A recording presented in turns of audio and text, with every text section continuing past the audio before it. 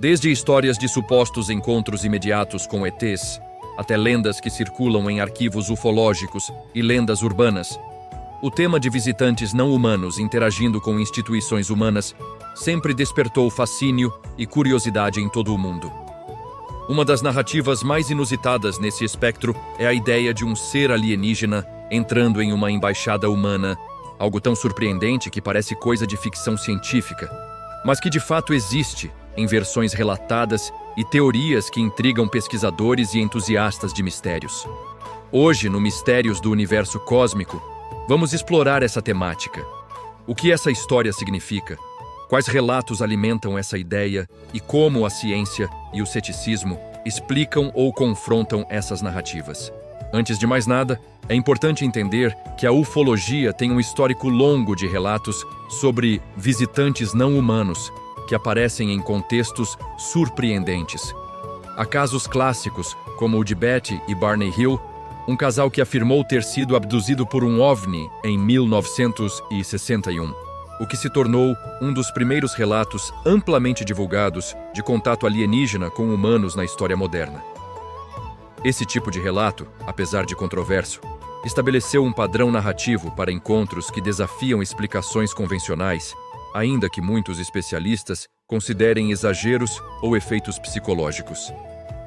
No caso específico de um visitante não humano entrando em uma embaixada, encontramos relatos curiosos em sites de mistérios e ufologia que falam de um ser que se apresentou em uma representação diplomática sem ser tratado como mera brincadeira ou provocação. Um artigo popular de ufologia descreve um cenário onde um indivíduo estranho apareceu no balcão de atendimento de uma embaixada, afirmando ser um comandante de um disco voador, declarando ter vindo de outro planeta e querendo falar com o embaixador.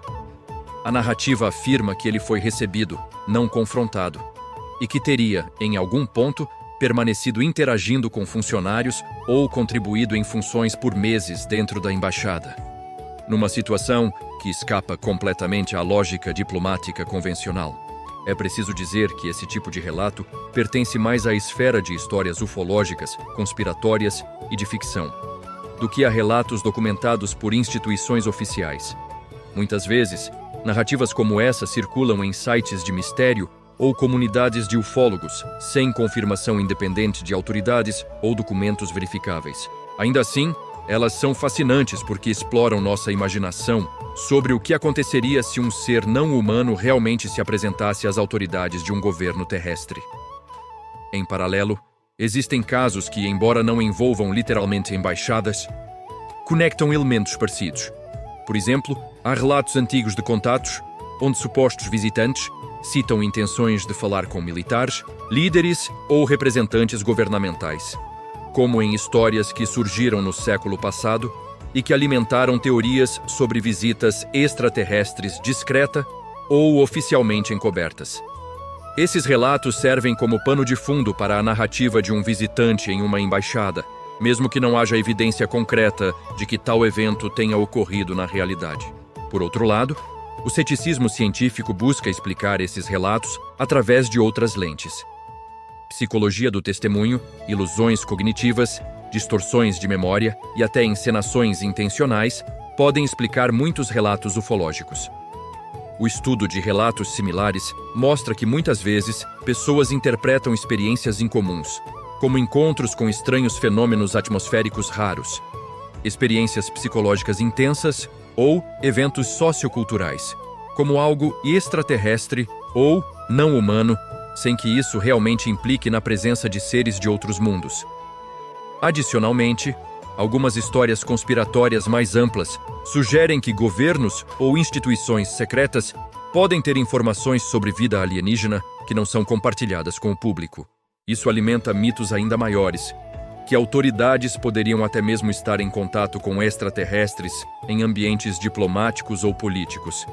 Entretanto, até hoje, não existe prova documental confiável de que um ser extraterrestre tenha sido recebido por qualquer embaixada ou entidade oficial em qualquer país.